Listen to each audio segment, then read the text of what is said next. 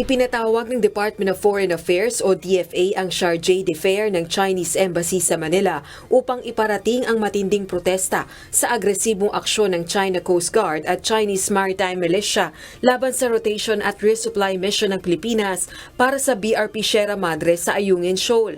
Nangyari ang insidente noong March 23, 2024. Maghahain din ng katulad na protesta ang Philippine Embassy sa Beijing sa Ministry of Foreign Affairs ng China.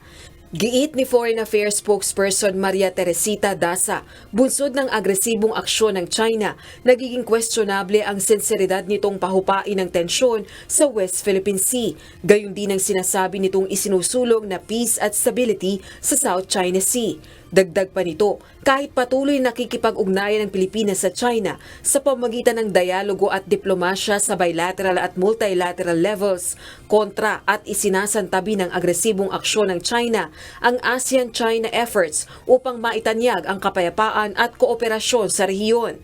3 Pilipinong sundalo ang nasugatan sa paggamit ng water cannon ng China Coast Guard o CCG ships sa Philippine Supply Boat habang papunta sa Ayungin Shoal noong March 23, 2024. Muling binibigyang diin ng DFA, walang karapatan ng China sa Ayungin Shoal na bahagi ng Exclusive Economic Zone at Continental Shelf ng Pilipinas.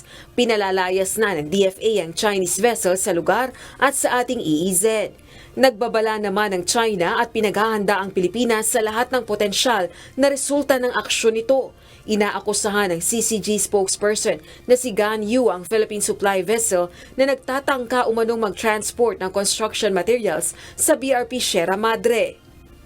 Samantala, nagpahayag naman ng suporta ang mga kaalyado ng Pilipinas sa usapin ng agawan nito ng teritoryo sa China. Giit ng Estados Unidos, sinisira ng China ang stability sa rehiyon at malinaw na lumalabag sa international law. Nababahala naman ang New Zealand sa aksyon ng China at nanawagan sa mapayapang pagresolba ng maritime disputes.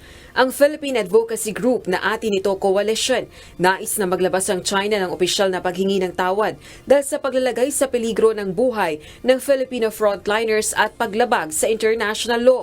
Kung hindi, dapat na anyang lumaya sa Pilipinas ang Chinese ambassador. Rosa Licoz, UNTV News and Rescue. Diyos ang aming sandigan, serbisyo publiko ang aming pinahahalagahan.